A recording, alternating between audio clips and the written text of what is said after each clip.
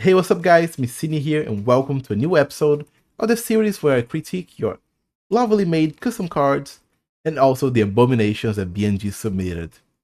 This week around we have a lot of abominations made from both BNG and Miscellaneum, and this is the Wall of Shame. Technically it's actually the Wall of Great Design that I just couldn't feature. These are all cards that I really liked, but I decided to only submit one card from each of them. So these are all from Miscellaneum and BNG, but I ended up only picking one, and the ones that I picked are really cool. So if you want to stop for a second, take a look at them, you can go and read. We're just gonna pass over them. This week we had a lot of cards, and Prince Cats helped me take a look at them and evaluate them.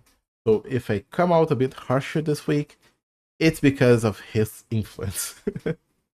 And since he helped me a lot, let's critique his design. Chameleon, 7/4, play, your cards that match your hero's album gain +1 attack until played.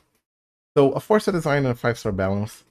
I like the idea of the hero mattering somehow, and I really like the fact that this is powerful but controlled power. It's slow, takes a bit for it to get going.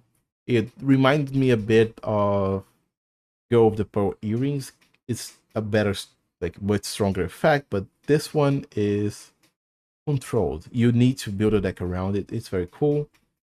I feel like the design goes a bit against what Avid wants to do right now for heroes, where you pick the hero after you design your deck, and this would mess up a bit of that balance. But overall, a 9 out of 10, lovely card.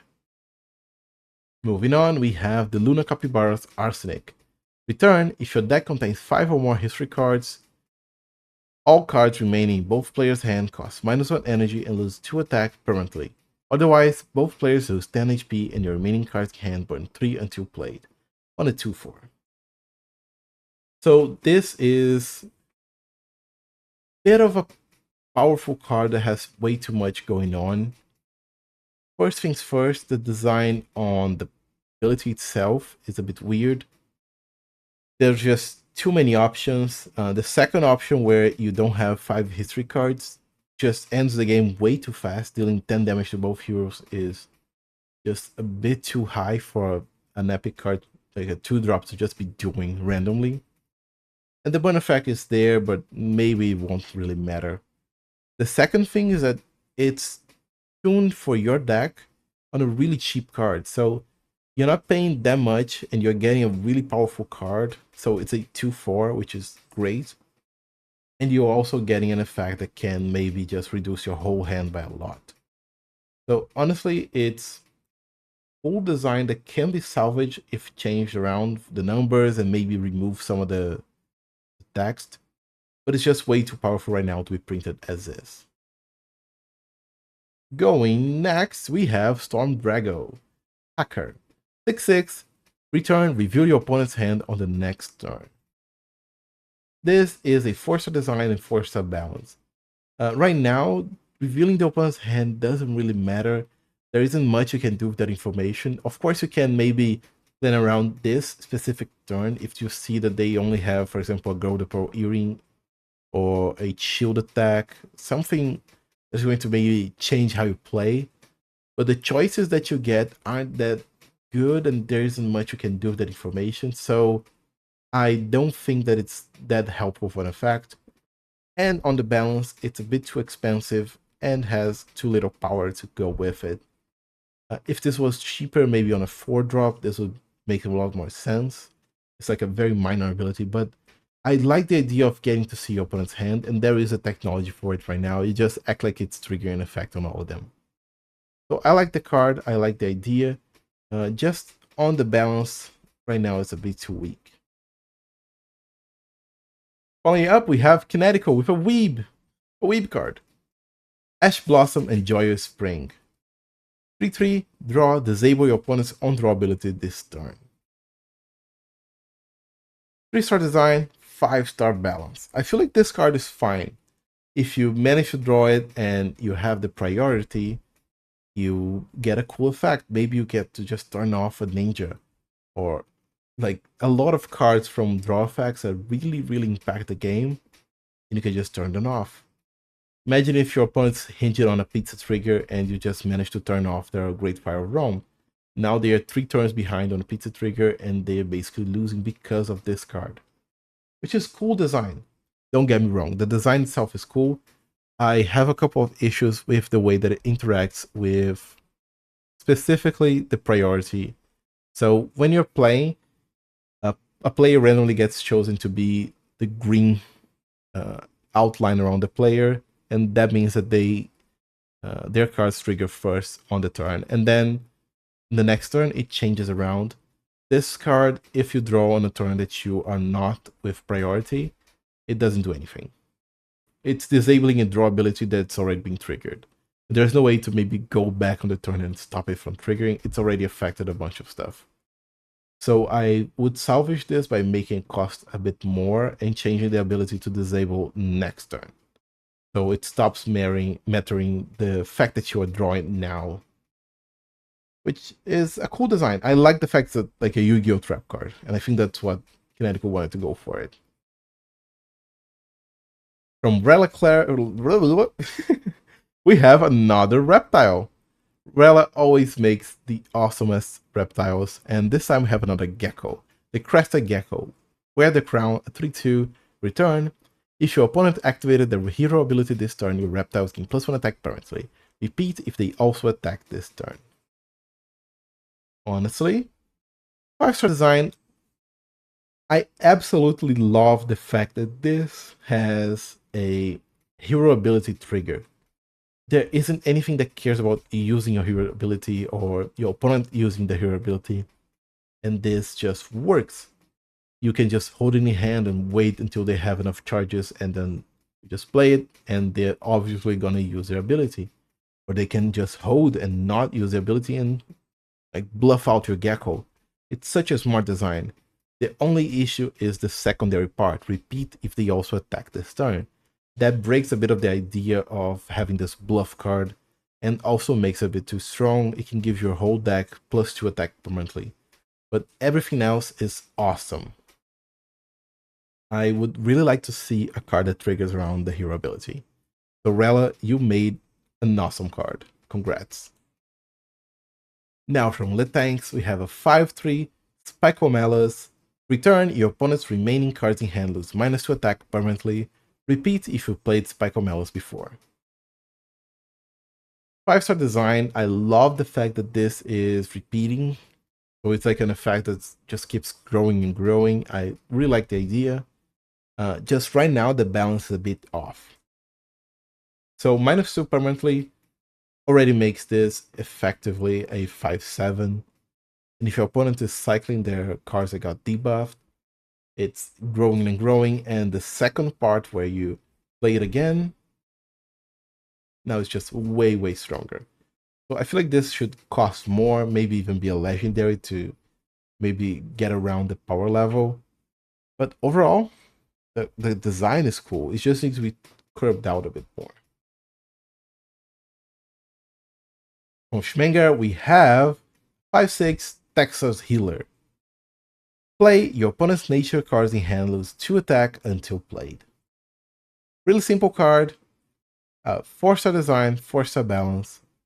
This one is one that I like a lot. I like the idea of having deck cards, and this is a deck card that you can just play in any deck. But there are a couple of issues where it's I'm not too sure. Like, it's a bit too powerful against some decks and a bit too weak against others.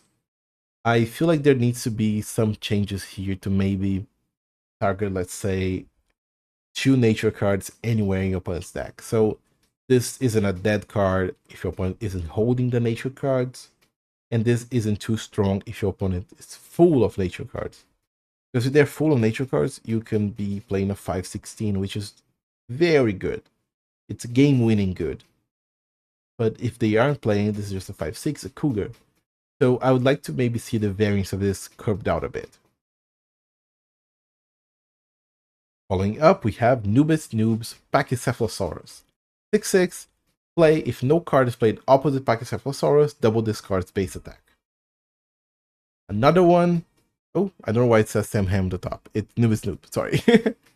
Another one that is really, really cool. 4/4 design, 4 balance.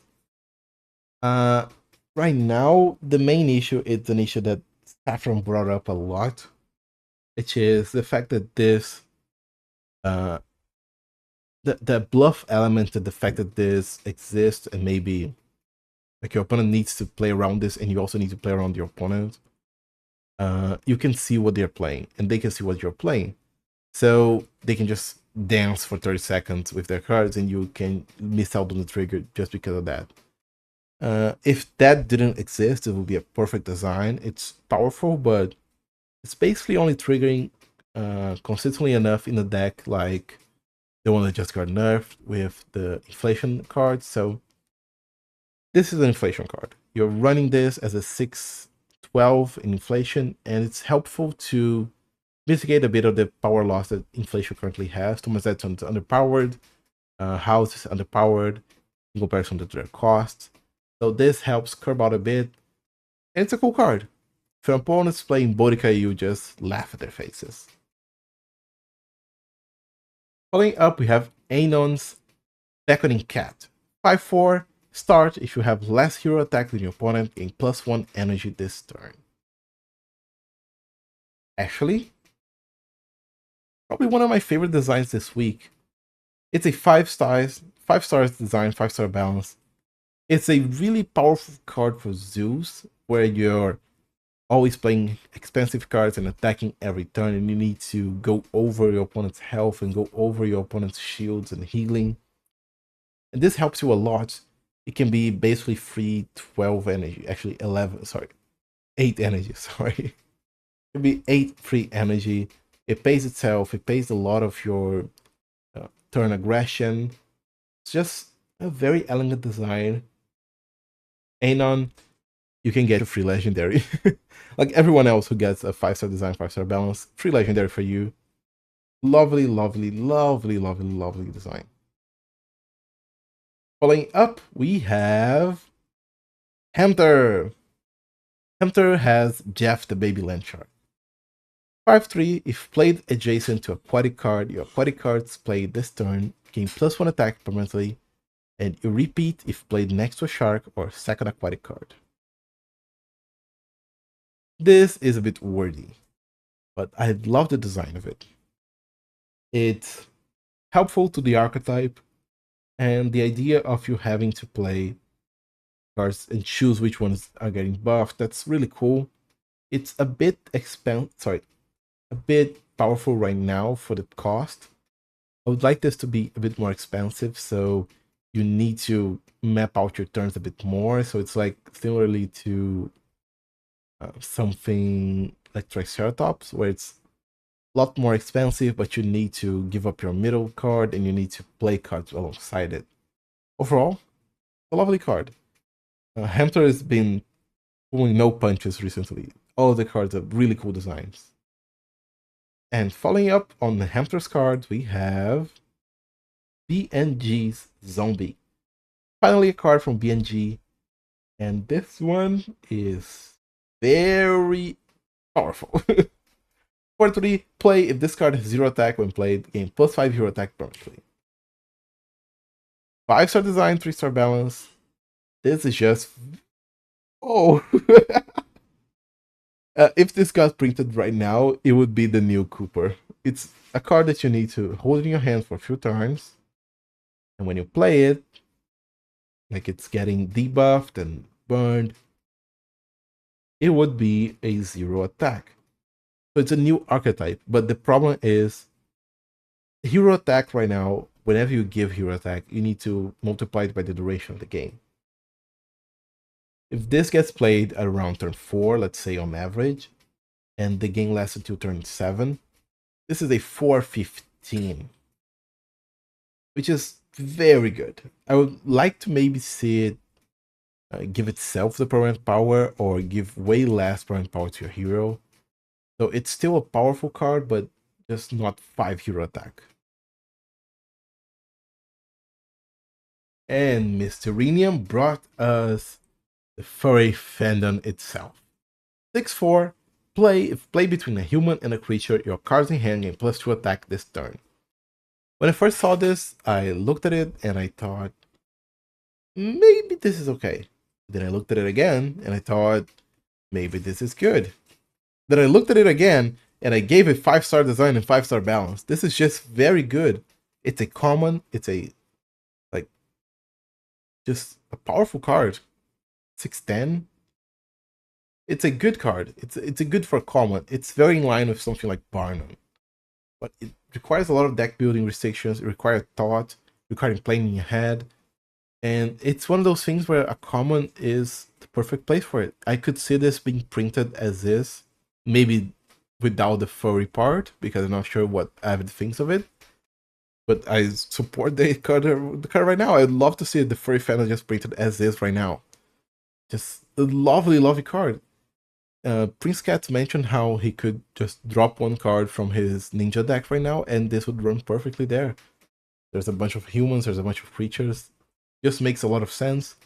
And we know that the Evar deck is just around. We are gonna see that eventually, and when we see dogs and humans, maybe the furry fandom will follow. And from Chase a Fox, we have Nemesis. 4/5, draw if your deck contains if your deck contains 2 or more human tag cards, your Greek mythology cards, whenever they are, gain +2 attack until played. I really like Chase a Fox idea here for the design. The balance is just all over the place right now. So okay, let's think. Human tags are not that common in Greek mythology, right? Wrong. There's a lot of humans already. So this would just be an auto include on the deck, and we just make the deck way too strong. I would like to see change around, so you need to maybe add more humans, because the way that it is right now, you have, from memory, Apollo, you have Heracles, which already costs that you want to be running. So this is doing the same thing as a Mount Olympus, but better. Way easier, way more powerful. And that brings out the balance a lot. But the design is cool. I love the design. Thanks, Chase a Fox, as always. From Mate Collector, we have Protein Shake. 3/3, draw, shuffle your hand, card with start abilities to place on the right.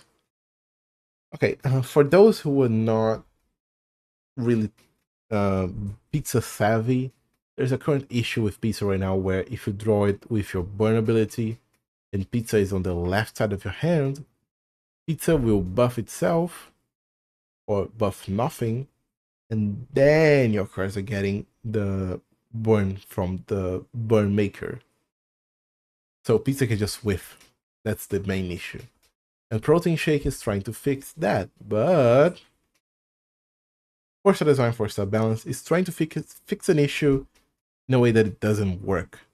So if you draw Protein Shake after you draw Pizza, it didn't get fixed. It's basically just moving Pizza around your hand, which is fine. It's good for the remaining of the game, but easier to just fix the issue in another way instead of having to rely on a card that really doesn't do much. And because of not doing much, 3 attack stat line is just not worth running. And I feel like that's one of the bigger issues with this debate here, or the shuffle your hand effects. It doesn't need to exist. Basically, there isn't any hand positioning in the game that should matter.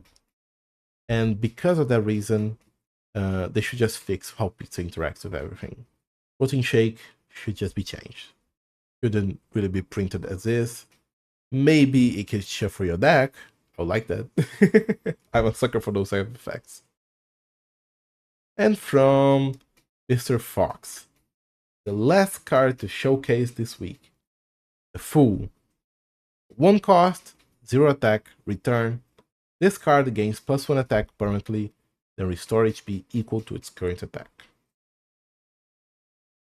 Before I show the rating that I gave this card, I want to preface it by saying that right now, until plate buffs get cut off before return effects. At least that's what I think.